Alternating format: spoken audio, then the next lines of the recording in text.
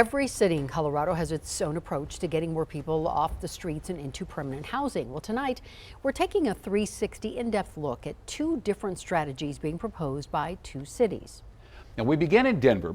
Back in 2020, city-sanctioned campsites were placed across the city to help people in the streets during the start of the pandemic. Now, the group behind those sites, Colorado Village Collaborative, is now requesting an additional $3.9 million from the city to support hundreds of people through the end of this year. Denver 7's Russell HAYTHORN is live at one of those sites. This is 8th and Elati. Russell, Colorado Village Collaborative says these campsites are working. Those who live near there, they have a different story. Exactly, Shannon. Advocates of these encampments say they get people off the streets and keep these neighborhoods safer, but neighbors say that's a joke. They say since this encampment went up, for example, they've documented dozens of cases of drug use and violence, and some of these neighbors even feel like prisoners in their own homes. The city is poised to expand these safe spaces for homeless individuals like Melissa Ironshield. There's nobody that can get in here without permission, which advocates believe is a step in the right direction. I really support this low barrier approach, adding an alternative for folks that sleep outside to have another option. But neighbors say these safe spaces aren't as safe as advertised. Their operational policies we don't feel are enough to really protect our neighborhood. Security video and cell phone videos of the camp at 8th and Elati show ongoing issues. This guy wandering the alleys, screaming profanities at 4 in the morning. People yelling racial slurs. Another video shows two men in a verbal and physical altercation that went on for several minutes, ending with one man being expelled from the shelter. That just means he gets expelled into our street here. And then there's this from Emily Ostrander. Her packages stolen off her front porch, strung along the sidewalk next to the encampment.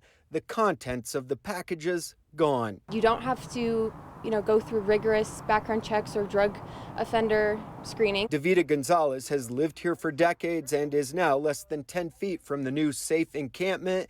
Yet she says she's never felt more unsafe in her life. There's some days I don't even come out of the house. She keeps her blinds closed on the north side of her home for as long as she can stand it. I don't want to go into depression either. Organizers and homeless advocates like Colorado Village Collaborative say these tents are safe and warm. They're designed for ice fishing. Bathrooms, showers, laundry, things that can keep them safe. Got heaters, little radios, lights and stuff, everything going on in the inside. The site is secured by fence that it's coded gate entry. But clearly that doesn't quite work to protect those outside the fence. Ostrander says there are better options. The Regis one is in the middle of an empty parking lot, hundreds of feet away from homes. To us, that makes a bit more sense. Neighbors say putting 50 people in this encampment alone is simply irresponsible. Dozens of neighbors in Lincoln Park have now filed an appeal with the city to have this encampment removed. Meantime, City Council is set to vote tonight on extending funding to these encampments. We'll keep you posted. For now, we're live in Denver. Russell Haythorn, Denver 7. Russell, thank you for that. And a program that helps teens and young adults specifically experiencing homelessness will soon expand in Denver. The group Together is building 56 affordable housing units in Denver's Rhino neighborhood. These units are for 18 to 24-year-olds, and counselors will also be on site. We're just putting a small dent in it, but we really want to do more and more of this so we can work towards solving this problem.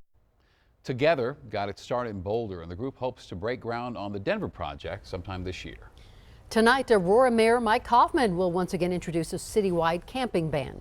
The mayor first introduced a camping ban last summer. It failed twice in city council. And Kaufman tells us the ban remains a top priority and he's ready to push hard for it. It's hurting our city in a number of ways. But I think the worst thing you can do to these people is to do nothing. And to allow them to, continue on their self-destructive behavior. And so I think the most humane approach is to stop them from doing what they're doing. And the camping ban does that. Now, of course, Kaufman is facing opposition, one of them being Councilwoman Allison Coombs, who says this ban will only lead to more people ending up in jail. We know that the cycle that happens for people experiencing homelessness is that they get a trespassing charge, they miss court, they get a warrant, and they end up in jail. So even if people aren't being hauled directly to jail as a result of this ban when a camp is abated, there's a high likelihood that we see an increased number of people in jail. Kaufman's proposal requires 72 hours notice before a camp can be removed. It would also require the city manager to come up with a designated area as a shelter option.